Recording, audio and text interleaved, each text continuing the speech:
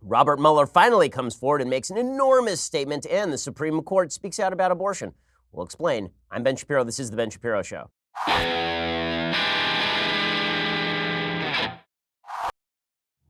Well, you know that feeling when you've planned out an entire show, and then 5 minutes before the show, the entire show gets blown up because Robert Mueller decides that he finally will speak. It's like Greta Garbo. Finally Mueller speaks. We'll get to all of that in a second. We will break down every word he said, what it means. It's cryptic. It's fascinating. We'll get to all of it. First, in 1966, Alan Greenspan famously said deficit spending is simply a scheme for the confiscation of wealth. This is obviously true. With the federal deficit currently touching $1 trillion per year, what are you doing to protect your savings from this confiscation scheme?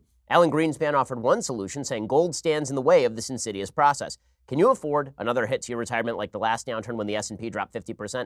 Hedge against inflation, hedge against uncertainty and instability with precious metals. The company I trust with precious metal purchases is Birch Gold Group. Right now, thanks to a little-known IRS tax law, you can even move your IRA or eligible 401k into an IRA backed by physical gold and silver, which is perfect for those who want to protect their hard-earned retirement savings from any future geopolitical uncertainty. Birch Gold Group has thousands of satisfied customers, countless 5-star reviews, and A+ rating with the Better Business Bureau. Contact Birch Gold Group, get a free information kit on physical precious metals. See if diversifying into gold and silver makes sense for you. This comprehensive 16-page kit reveals how gold and silver can protect your savings, how you can legally move your IRA or 401k out of risky stocks and bonds into a precious metals IRA, if that's something you're into. To get that no-cost, no-obligation kit, text BEN to 474747. Again, text the word BEN, my name, to 474747. Okay, so this morning was a very big morning.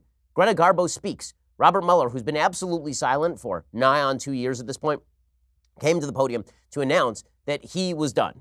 Mic drop, he's out.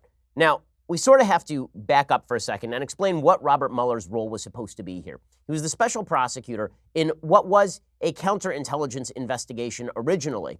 The counterintelligence investigation was about Russian collusion, Russian participation in the 2016 election. And on the basis of that, Mueller brought a bevy of prosecutions against people who were part of the Trump campaign and not part of the Trump campaign, against people like Paul Manafort, people like George Papadopoulos, and also against a bunch of Russians who were actually involved in election interference. Right, so that was Bob Mueller's mandate. And then that mandate expanded to include investigation of obstruction of justice. Now, Bob Mueller sort of claimed in the Mueller report that he didn't actually have the authority to recommend a prosecution of the President of the United States because of a 1973 Office of Legal Counsel, Department of Justice memo that said a sitting president cannot be indicted. That memo is somewhat controversial. There are some people who think the president should be able to be indicted. Some people think he shouldn't. But Mueller made clear in his report that the OLC ruling he was going to abide by. Now, just because he was abiding by the OLC ruling does not mean that he would have prosecuted Trump if he had the opportunity to do so. In other words, the OLC, the Department of Justice Office of Legal Counsel memo, was a threshold issue. It's what we call the threshold issue in law. The threshold issue is, if that applies, can you prosecute the president? That does not answer the question of, if it did not apply, would you prosecute the president?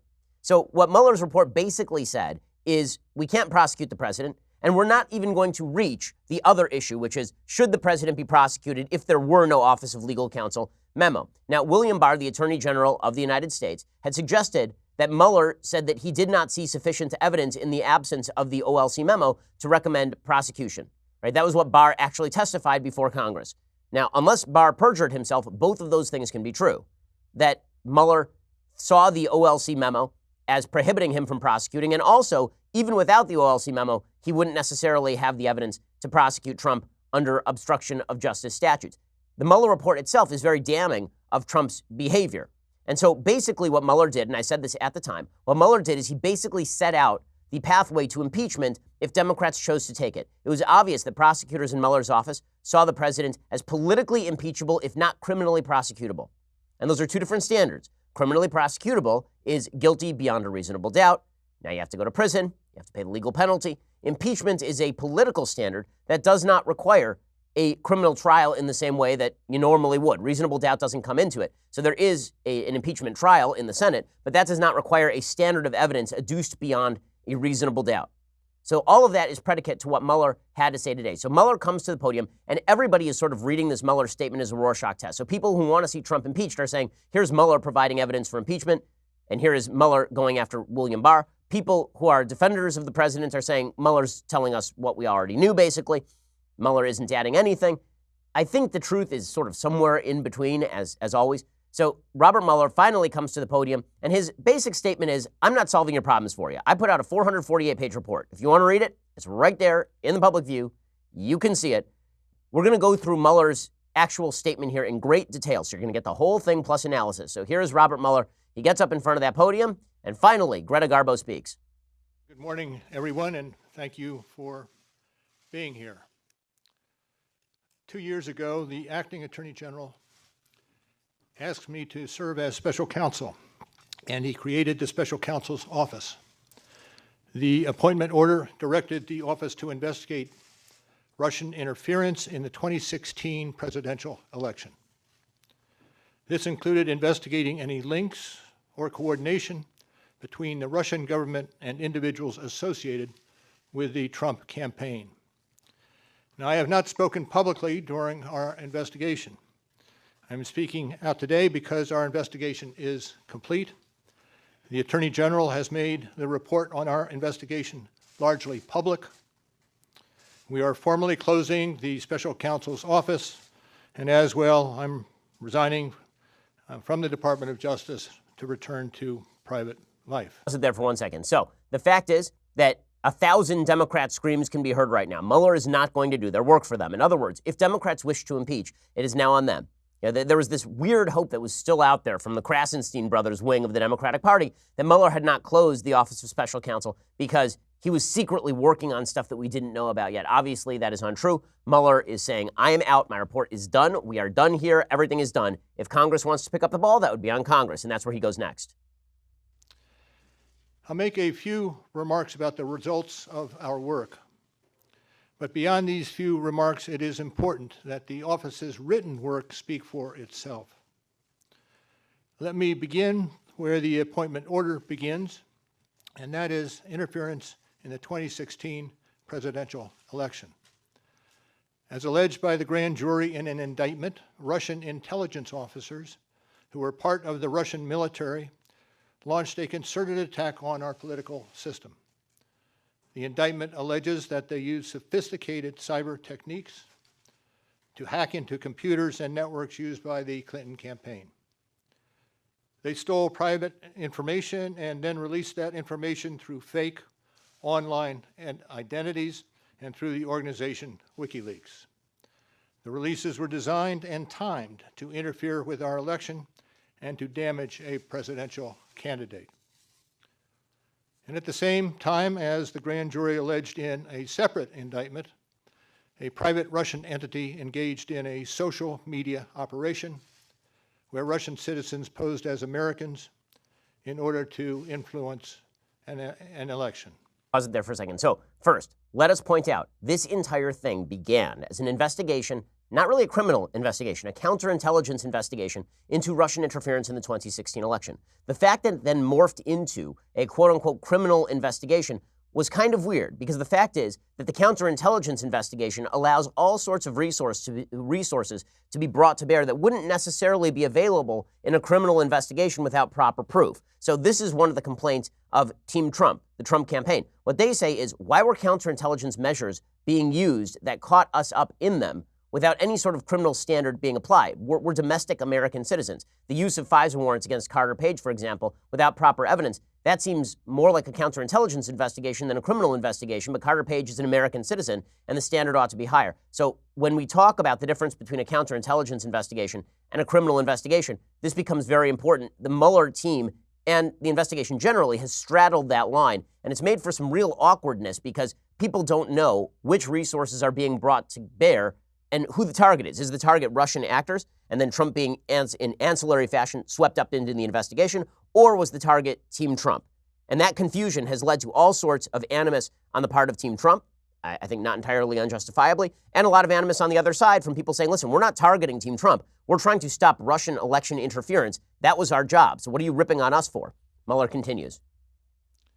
These indictments contain allegations, and we are not commenting on the guilt or the innocence of any specific defendant. Every defendant is presumed innocent unless and until proven guilty. The indictments allege, and the other activities in our report describe, efforts to interfere in our political system. They needed to be investigated and understood, and that is among the reasons why the Department of Justice established our office. That is also a reason we investigated efforts to obstruct the investigation. The matters we investigated were of paramount importance. It was critical for us to obtain full and accurate information from every person we questioned.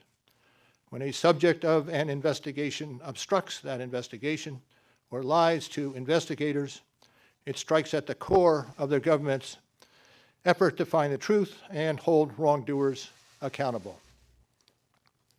Let me say a word about the report. The report has two parts, addressing the two main issues we were asked to investigate.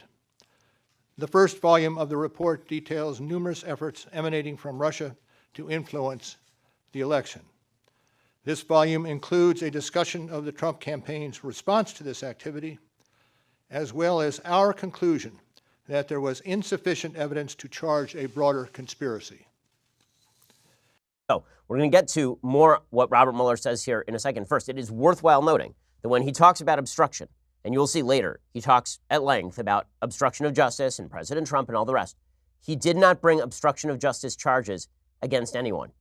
Okay, obstruction of justice charges were not brought against, for example, Donald Trump Jr. for theoretically lying to him in some way. Obstruction of justice charges were not brought against Donald McGahn. Those people are not barred from prosecution. And so for all the talk about how Mueller is going to say, and you'll hear him say it later, that the president was not cleared of obstruction of justice under this investigative standard, the fact is he could have prosecuted a bunch of people in the Trump administration without having to worry about the OLC ruling. Mueller did not decide to recommend that. So that is worth noting here, too, because Trump isn't the only member of Team Trump. Now, we're going to get to more of Robert Mueller's very important statement in just 1 second. First, you shouldn't have to choose between overpriced designer sunglasses and cheap shades. They're not going to last you this summer. That is why I'll never wear anything other than Movement sunglasses. They really are fantastic. You've heard us talk about Movement disrupting the watch industry. Now they're doing it with sunglasses. The Los Angeles-based accessories premium brand has hundreds of affordable sunglass styles to choose from, constructed with durable acetate, lightweight materials that for that perfect, reliable fit. You don't have to choose between style and function. You get both. I love Movement watches, and their sunglasses are just terrific as well. With their free shipping and returns policy, you can try on as many styles as you want right from home. My wife has Movement sunglasses. I have Movement sunglasses. Well, they are awesome, and they're not going to cost you an arm and a leg. Movement sunglasses start at $60. No pair price is over $95. So you are guaranteed to find a style you love with quality that doesn't break the bank. Get 15% off today with free shipping and free returns by going to mvmt.com/Shapiro. See why Movement keeps growing. Check out their expanding collection. Go to mvmt.com/Shapiro. Join the movement. That's mvmt.com/Shapiro. Go check them out right now. Great company, and their product is awesome. I love it. I mean, I'm wearing a Movement watch right now. You can see it right here upon my wrist. I'd be wearing sunglasses too, but that's inappropriate for my studio show. Go to movement.com, mvmt.com/Shapiro, and join the movement. Okay, Robert Mueller continues with his big, long-awaited statement. Again, this is the first time he has spoken publicly in years. And in the second volume, the report describes the results and analysis of our obstruction of justice investigation involving the president. The order appointing me special counsel authorized us to investigate actions that could obstruct the investigation. And we conducted that investigation, and we kept the office of the acting attorney general apprised of the progress of our work. And as set forth in the report, after that investigation, if we had had confidence that the president clearly did not commit a crime, we would have said so. Pause it there. Now, that is a line that people are jumping on, particularly members of the media. If we had evidence that the president did not commit a crime, we would have said so. That is not even close to a prosecutorial standard. That is not close to a prosecutorial standard. It's absurd, frankly, that Mueller would spill that in public. Because the job of the special counsel is not to exonerate the president on charges. The job of the special counsel is, in fact, to determine whether there is evidence sufficient to prosecute. Can you imagine if every prosecutor said, listen, I can't clear this guy. Can't clear him. That shifts the burden of proof to the defendant, right? The way that it works in our criminal justice system is you actually have to prove guilt. You don't have to prove innocence. So what he is saying there is that when Trump says he was exonerated, that's nonsense, right? This is obviously Mueller subtweeting Trump. Trump has been saying he was exonerated. I have said all along since the day of the Mueller report, no, he was not exonerated, but there was not evidence sufficient to charge, according to Mueller himself.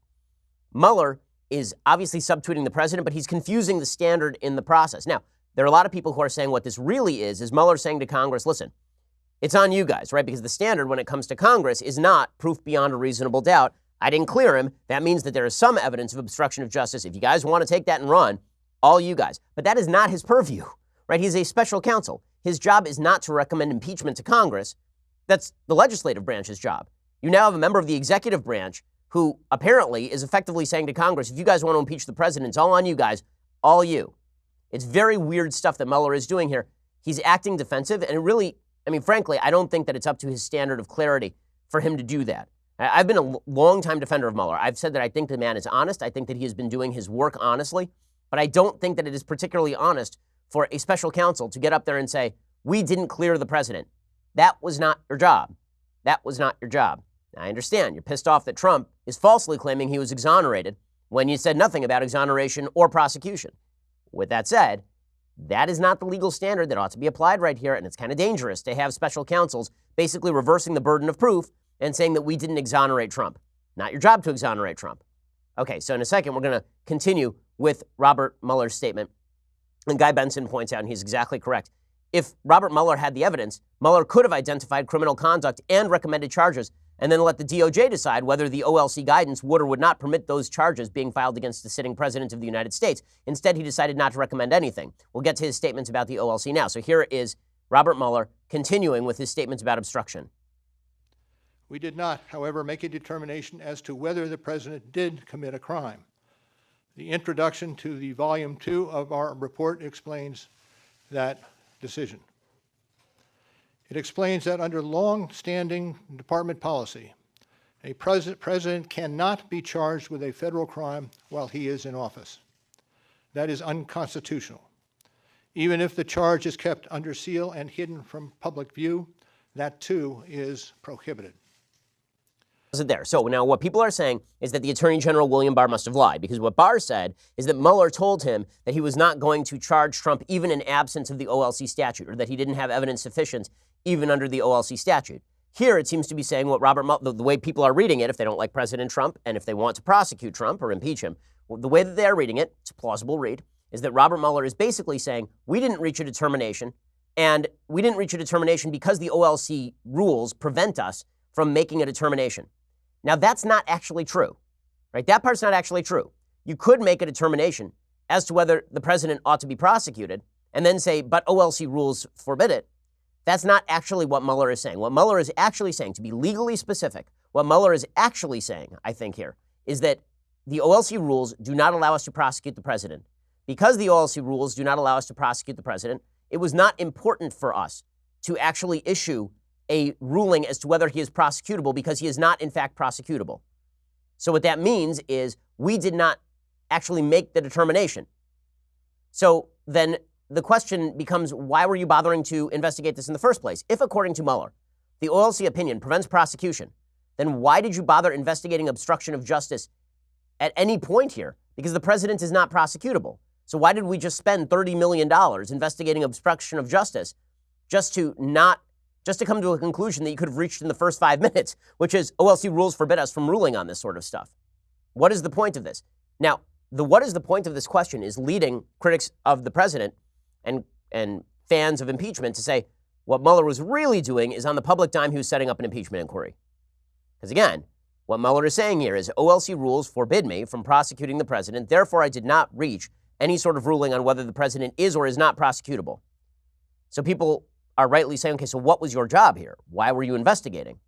Right? If you're forbidden from prosecuting for a particular case of murder, for example, let's say that there's a double indemnity rule. O.J. Simpson was acquitted on his ex-wife's murder. Let's say that the LAPD opens up a new investigation on the basis of no new evidence about O.J.'s murder of his ex-wife. Well, he's not prosecutable under current criminal law in the United States, right? There's a double jeopardy provision that prevents you from prosecuting someone twice for the same crime. Let's say the LAPD does all of that, and then they come out with a statement. They say, by the way, we kind of think that O.J. was guilty, turns out. Okay, why are you wasting your time? That's the question here. Why is Robert Mueller wasting his time on investigating obstruction of justice if he knew in the first 30 seconds of his appointment that he had no capacity to actually issue any sort of opinion on prosecuting the president?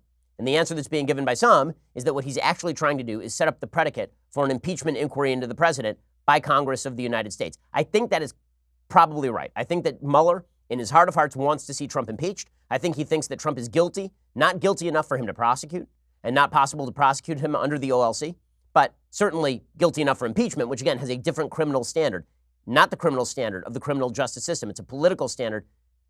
I think that's why people who are on the right, many of them are saying, that's not Mueller's job. Why is Mueller actually now engaged in setting up all of the dominoes for impeachment for Democrats? That's kind of the math here. So the math here seems to be not that Mueller would have recommended prosecution in the absence of the OLC ruling, because he himself says, I didn't reach a determination on that. But that he is more saying, okay, well, if Congress wants to impeach, I set it all out for you here. It's a 448-page report. Boom, right on the table. Mueller continues. The special counsel's office is part of the Department of Justice, and by regulation, it was bound by that department policy. Charging the president with a crime was therefore not an option we could consider. The department's written opinion explaining the policy makes several important points that further informed our handling of the obstruction investigation. Those points are summarized in our report, and I will describe two of them for you. First, the opinion explicitly permits the investigation of a sitting president because it is important to preserve evidence while memories are fresh and documents available. Now he is saying we had to do all of this. So he's answering the question we just asked. Okay, so you couldn't prosecute him, so what the hell was all of this about? He says, well, we wanted to keep the memories fresh. I'm sorry, you're not in the historical record business, my friend. Okay, you're not a librarian. It is not your job to spend taxpayer dollars to keep memories fresh if you have no actual process for prosecution and if prosecution is not going to be available after the president leaves office. Right? Well, now that's the other question. Maybe what Mueller is doing here is setting up the evidence not only for impeachment, for the possibility that if the president is no longer president, then he could be prosecuted for obstruction of justice. Right? That after Trump is no longer president, no longer sitting president, the DOJ could come after him for obstruction of justice. Maybe that is what Mueller is saying here. Maybe that's the case that he's making. We have to preserve the historical record for future prosecution, even though under OLC regulations we can't prosecute him right now. That's a possibility that Mueller is leaving open. I'll explain more of that in just 1 second. First, let's talk about your neighborhood and making it safer. Ring's mission is to make neighborhoods safer. You might already know about their smart video doorbells and cameras that protect millions of people everywhere. Ring helps you stay connected to your home anywhere in the world. So if there's a package delivery or a surprise visitor, you'll get an alert. You'll be able to see, hear, and speak to them all from your phone. That is thanks to HD video and two-way audio features on Ring devices. So I have Ring at my house. I am deeply concerned about personal security. As you all know, I get a lot of death threats. I get a lot of people who are not huge fans, and that means that I really care about safety on my property. That's why I rely on Ring. As a listener, you have a special offer on a Ring starter kit available right now. Why shouldn't you have the same security I do? With a video doorbell and motion-activated floodlight cam, the starter kit has everything you need to start building a ring of security around your home. Just go to ring.com/Ben. That is ring.com/Ben. Make your property safer. Make sure that your family is safe. Now, the fact is that one of the ways that burglars come into your house very often is they ring the doorbell to see whether you're home or not. With the Ring kit, they ring your doorbell and you can pick up from your phone, so they don't know whether you're home or not. Go check them out right now at ring.com/Ben for the special deal. That's ring.com/Ben. Okay, so we're going through Robert Mueller's statement in detail. So far, he's made a couple of key points. The key point seems to be, number one, that he says that OLC regulations, that the Department of Justice, Office of Legal Counsel regulations, prevented him from making a determination as to the guilt or innocence of President Trump on obstruction of justice. Okay, and a lot of people are taking that to mean, well, if the president weren't the president, he'd prosecute him. Maybe, maybe not. He didn't reach that determination. And then he makes the broader point that the president is not exonerated because he's just not exonerated. But again, that's not his standard. The question is, you basically, Mueller has left it as vague as it was before. We don't know whether Mueller would prosecute him in the absence of OLC standards. The only thing that we do know is that Barr said in April before Congress, quote, Rod Rosenstein and I asked Robert Mueller when we met with him on March 5th whether he would have made obstruction a crime, but for the OLC opinion. He made it clear several times that it was not his position. So unless Barr is perjuring himself, which presumably now Mueller will be called to testify about that by Democrats, they're not going to let him off this easy. Unless Barr perjured himself, this means that what Mueller really is doing here is setting up an impeachment inquiry. What Mueller is really doing here is saying to Democrats in Congress, listen, I provided you the roadmap. Criminal standards, criminal justice standards are not the same as impeachment standards. Go with God. It's on you now. And it's pretty obvious that, listen, you read the report, it's obvious that Mueller's team wanted to see Trump burn, right? And I'm not saying that they were unjustified in their assessment of Trump's behavior. Trump's behavior is egregious in the Mueller report. I mean, really, really bad behavior. Whether that rises to the level of criminality is questionable.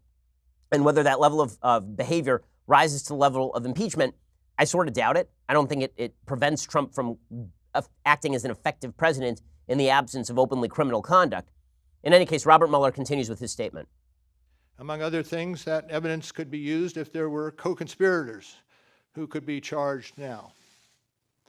And second, the opinion says that the Constitution requires a process other than the criminal justice system to formally accuse a sitting president of wrongdoing. Directly calling out impeachment right there. Right? What is the process other than the criminal justice system to accuse the president of wrongdoing? That is Mueller openly calling on impeachment, right? That is the impeachment process that he is invoking right there. As I say, I think that the Mueller report is basically a roadmap to impeachment, not a criminal justice standard. Not a criminal, which means that he wasn't actually doing the job he was supposed to be doing. He was doing the job that Congress was supposed to be doing, which does cast some questions on what exactly was the purpose of the special counsel report in the first place. And when it came to the Starr report uncovered overt criminal activity. And the Starr report recommended impeachment based on actual crimes. Actual crimes. The Mueller report doesn't recommend even criminal activity. It doesn't even say that criminal activity took place. But they're saying, okay, well, if you investigate, maybe you can come to some sort of impeachable offense buried somewhere in here. Mueller continues. And beyond department policy, we were guided by principles of fairness. It would be unfair to potentially accuse somebody of a crime when there can be no court resolution of the actual charge. So that was Justice Department policy. Those were the principles under which we operated, and from them we concluded that we would not reach a determination one way or the other about whether the president committed a crime. That is the office's final position, and we will not comment on any other conclusions or hypotheticals about the president. Pause it there. So that last statement is him saying that if they call me to testify, if Democrats call me to testify, and if they ask me whether I would prosecute Trump in the absence of the OLC memo, I'm not going to answer them. Right? That is what Mueller is saying right there. He's saying, basically, here is the giant ink blot that I have provided to you. Read in it what you will. This is no longer my job. I've given you everything that you asked me to give you. I even went beyond the boundaries of what really I should be doing, right, which is uncovering criminal conduct. So if you got a problem with that, too bad. Go read the report. We conducted an independent criminal investigation and reported the results to the Attorney General, as required by department regulations. The Attorney General then concluded that it was appropriate to provide our report to Congress and to the American people. At one point in time, I requested that certain portions of the report be released.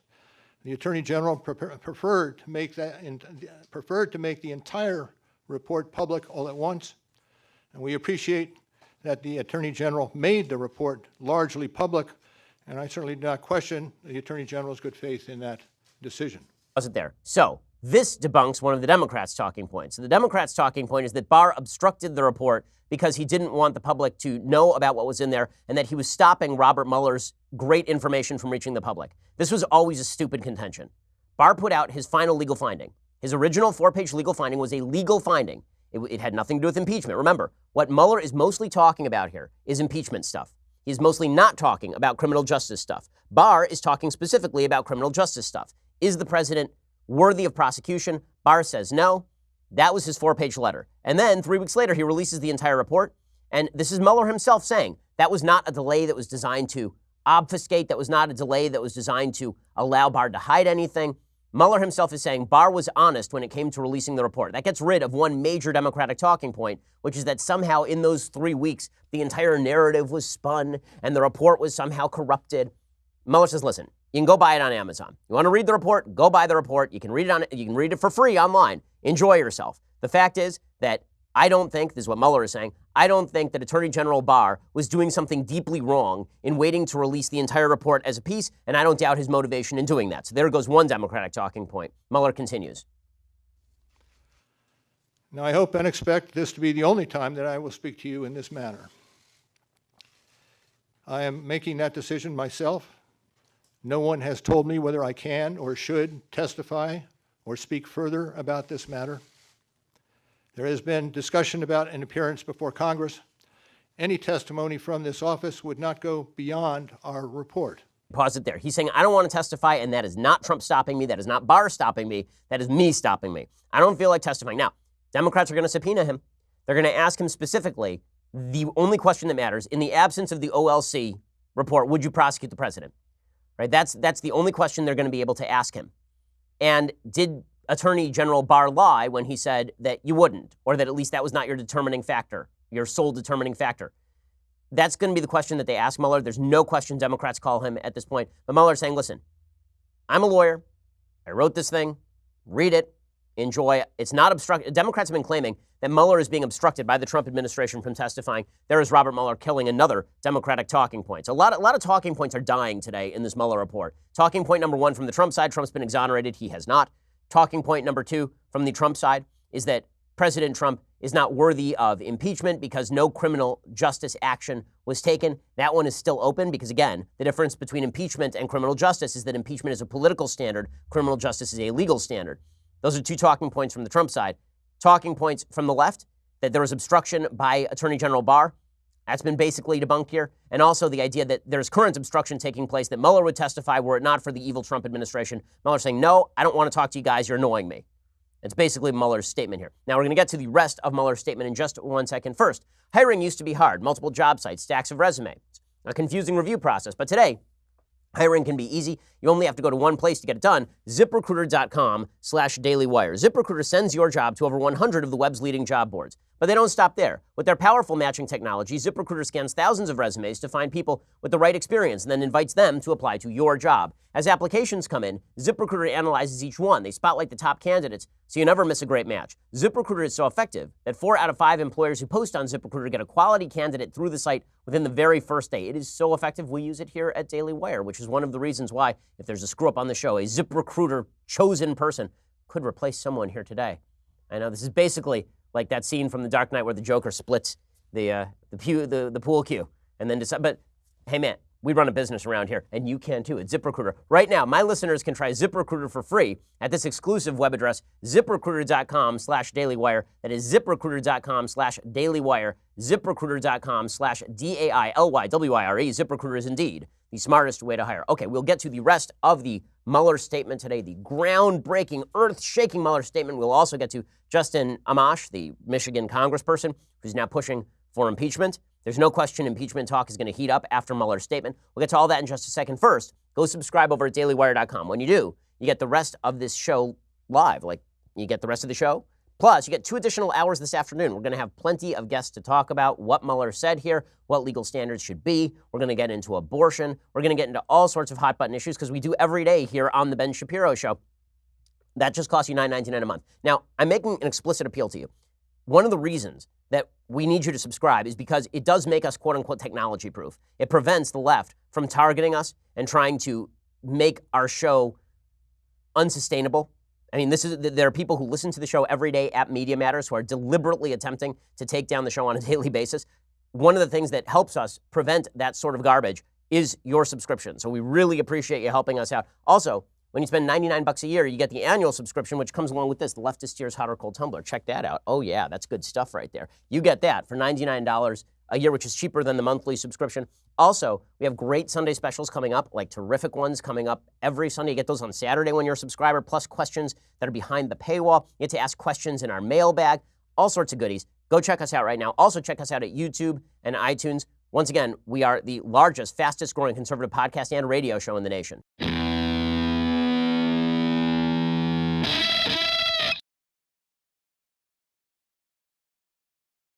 Alrighty, so we're finishing up with the Mueller statement here. So Mueller is quickly reaching his conclusion about his report. He continues.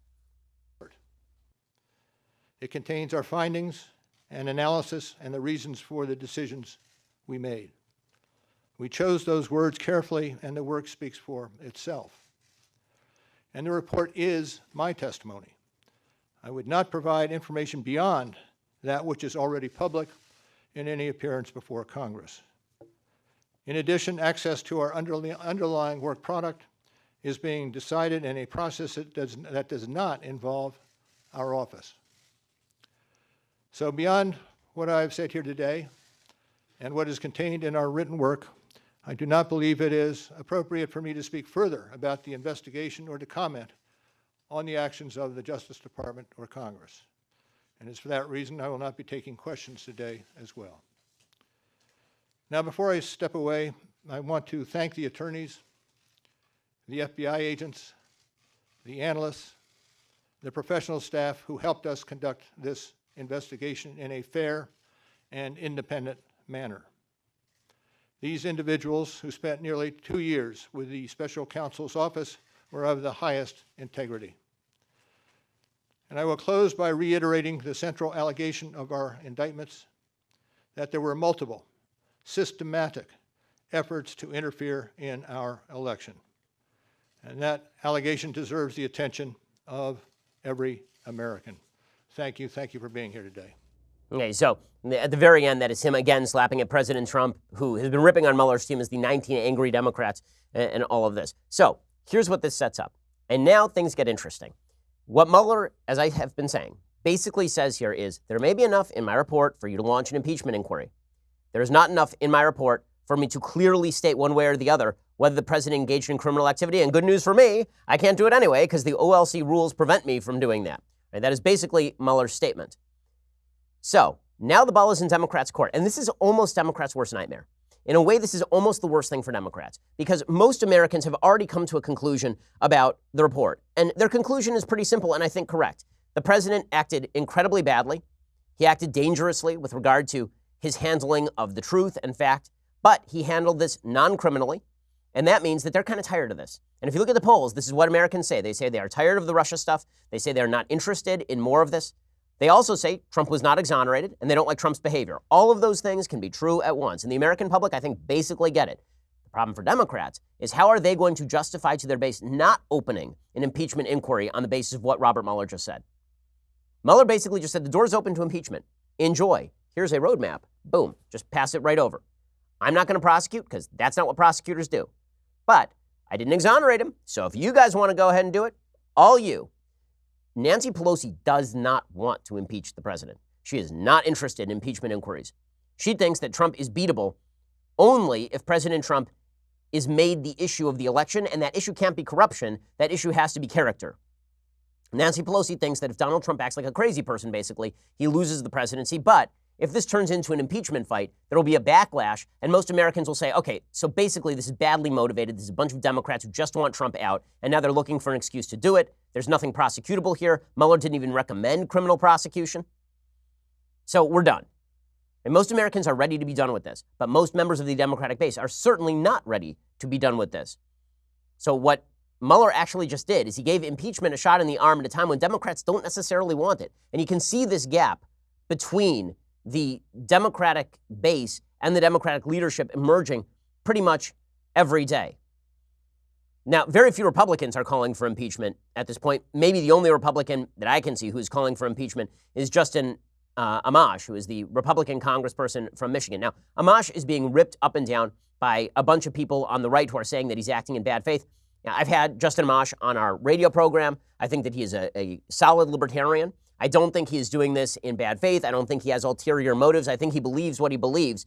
Yesterday, he did a long town hall event in which he talked about President Trump's impeachment. Here's a little bit of what it sounded like. I think it's really important that we do our job as a Congress, that we not allow misconduct to go undeterred. I want to salute your courage.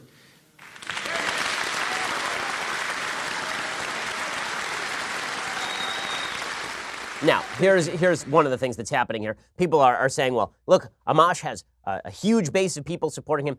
Well, no, he said that he wants the president impeached. There are a lot of people on the left who want the president impeached. And so he's gaining some strange new respect right here.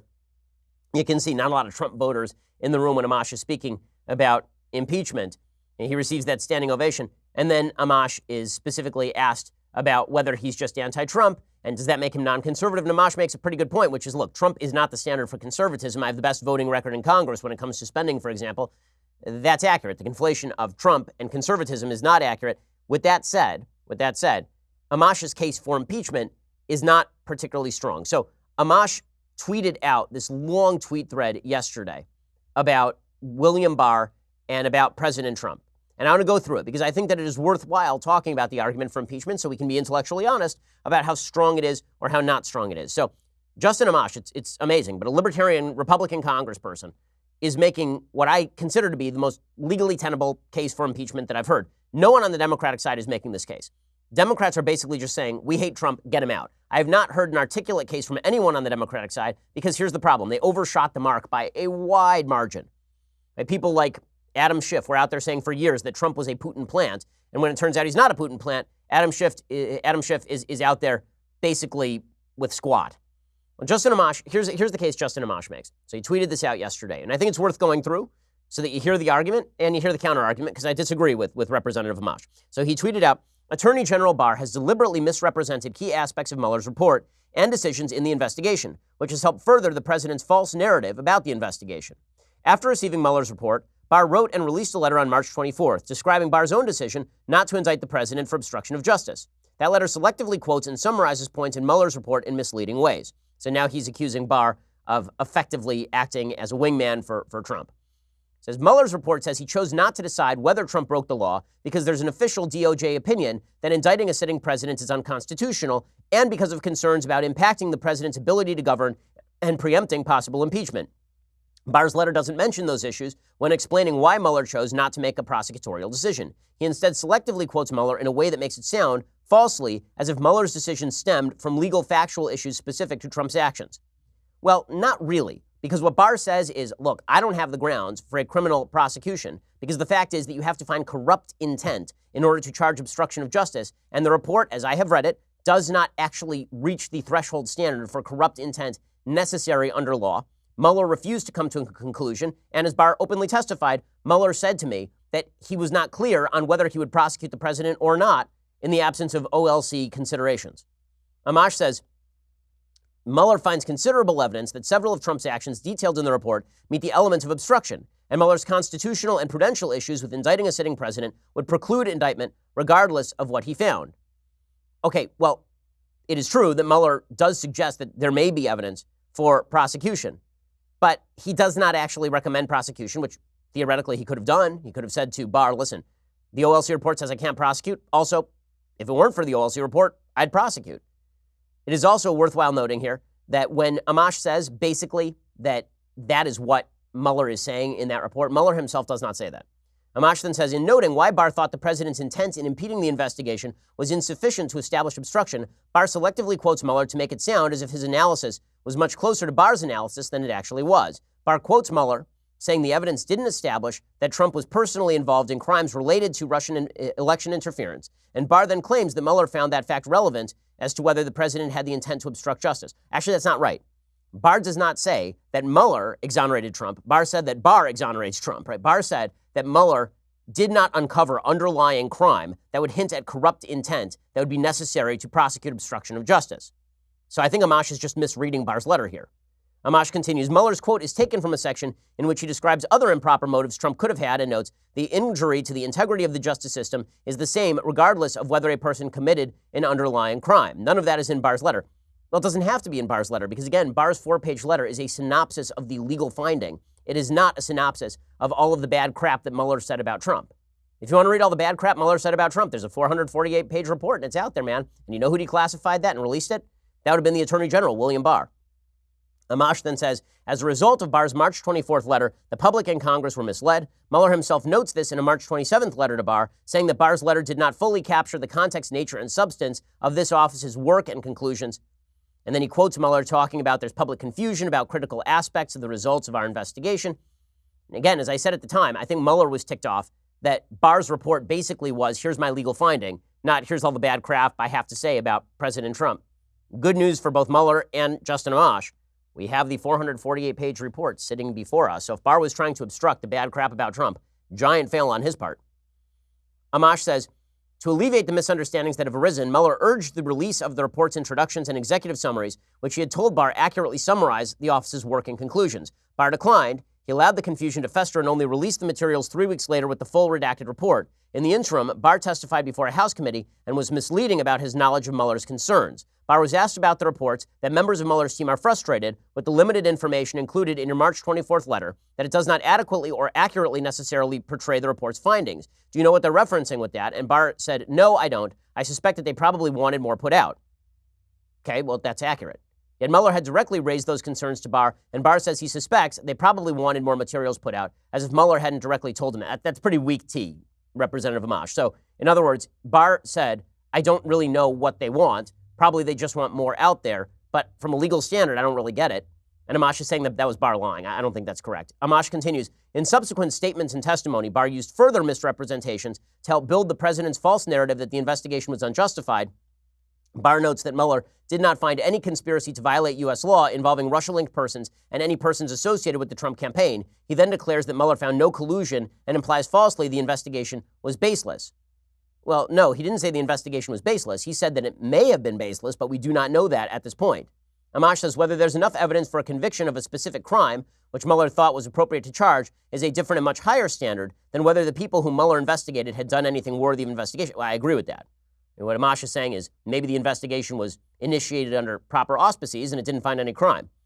I'm perfectly willing to hear that, but I don't think that Barr is basically disagreeing with that.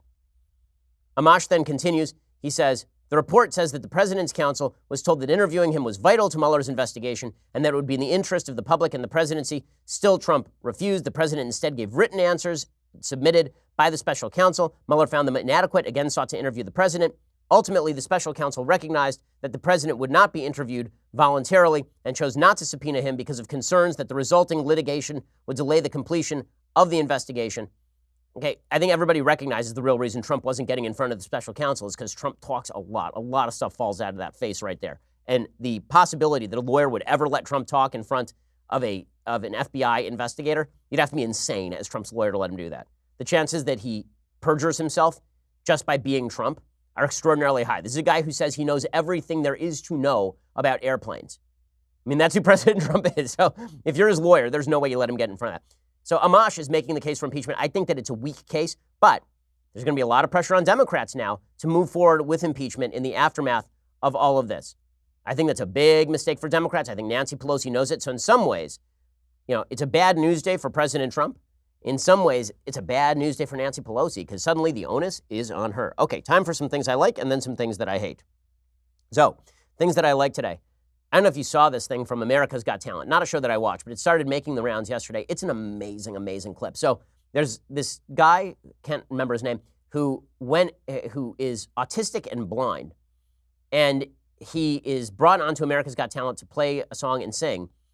And he is led out there by his mom. And he sits down at the piano, and then this happens. I've been to so many places in my life and time.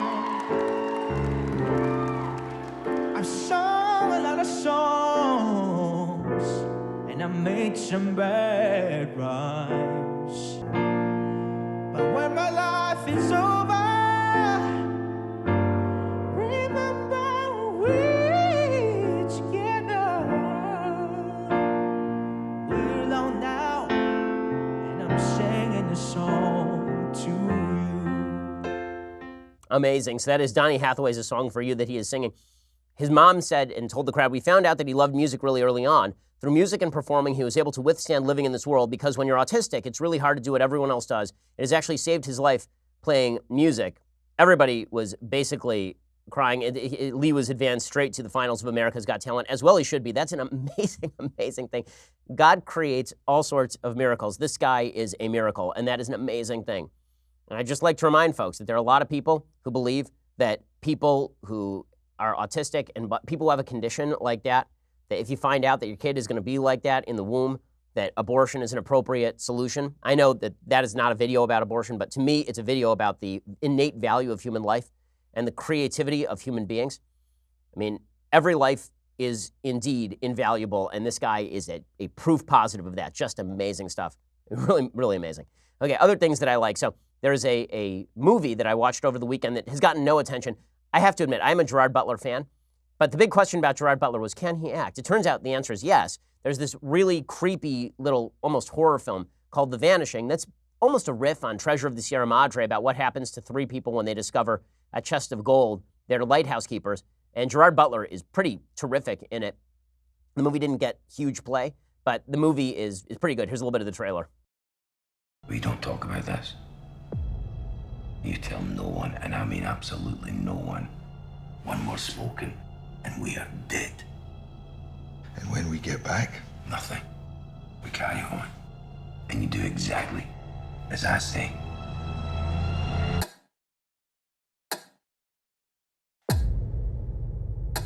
Movie's worth watching. It's pretty cool. So go check out that movie. It's pretty good stuff. Okay, time for a couple of things that I hate. Okay, so thing that I hate, number one. It's pretty incredible. There is a study that is out today, and what the study shows, of course, is that effectively speaking, all of the talk about white privilege that is supposed to make America stronger does not, in fact, do that. The study, according to Robbie Suave, writing at Reason, Robbie's a really good columnist over there, he says, does educating people about white privilege, the idea that for white people their race is a boon, but for black people a drawback, at least in certain social situations, make them more empathetic? A fascinating new study suggests that the kind of racism awareness training taught in many university classrooms is not only useless, but is actually detrimental. The study was published in the Journal of Experimental Psychology in April. Researchers provided participants with some academic literature explaining the concept of white privilege and then asked them to gauge their reactions to hearing a story about an unfortunate man. For some participants, the man was described as black. For others, he was described as white. Researchers also ran a separate experiment in which the participants were not told about white privilege before reacting to the story. And then they queried both sets of participants about their political beliefs. What they found is that conservatives who had learned about white privilege were no more sympathetic to the poor black man than conservatives who had not learned about white privilege. For liberals, the results were alarming.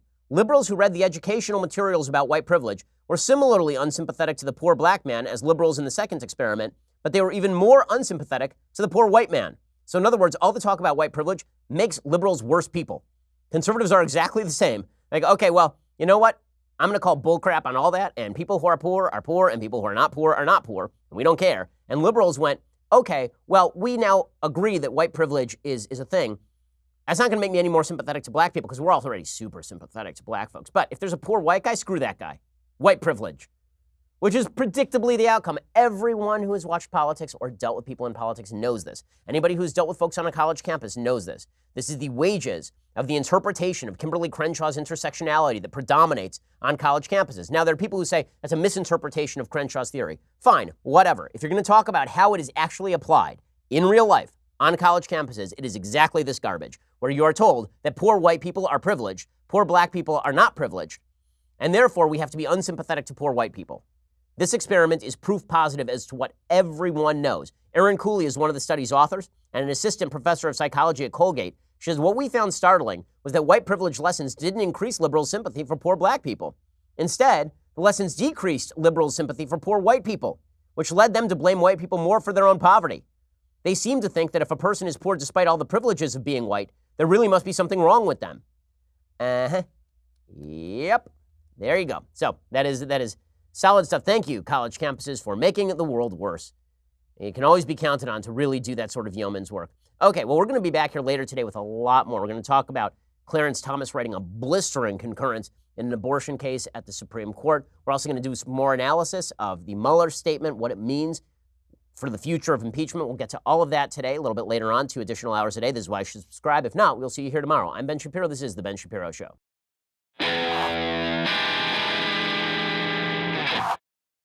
This is The Ben Shapiro Show. Executive producer Jeremy Boring. Senior producer Jonathan Hay. Our supervising producer is Mathis Glover. And our technical producer is Austin Stevens. Edited by Adam Sayevitz. Audio is mixed by Mike Caromina. Hair and makeup is by Jesua Olvera. Production assistant Nick Sheehan. The Ben Shapiro Show is a Daily Wire production. Copyright Daily Wire 2019. Hey everybody, it's Andrew Klavan, host of The Andrew Klavan Show. Robert Mueller has made a statement, and James Comey has written an op-ed for the Washington Post, and both former FBI guys have made it clear they don't like Donald Trump, and they think their investigations were peachy keen. And I think we should listen very carefully to what they have to say before we make a final decision as to how many of these guys we can send to prison where they belong. That's on the Andrew Klavan Show, plus the mailbag. I'm Andrew Klavan.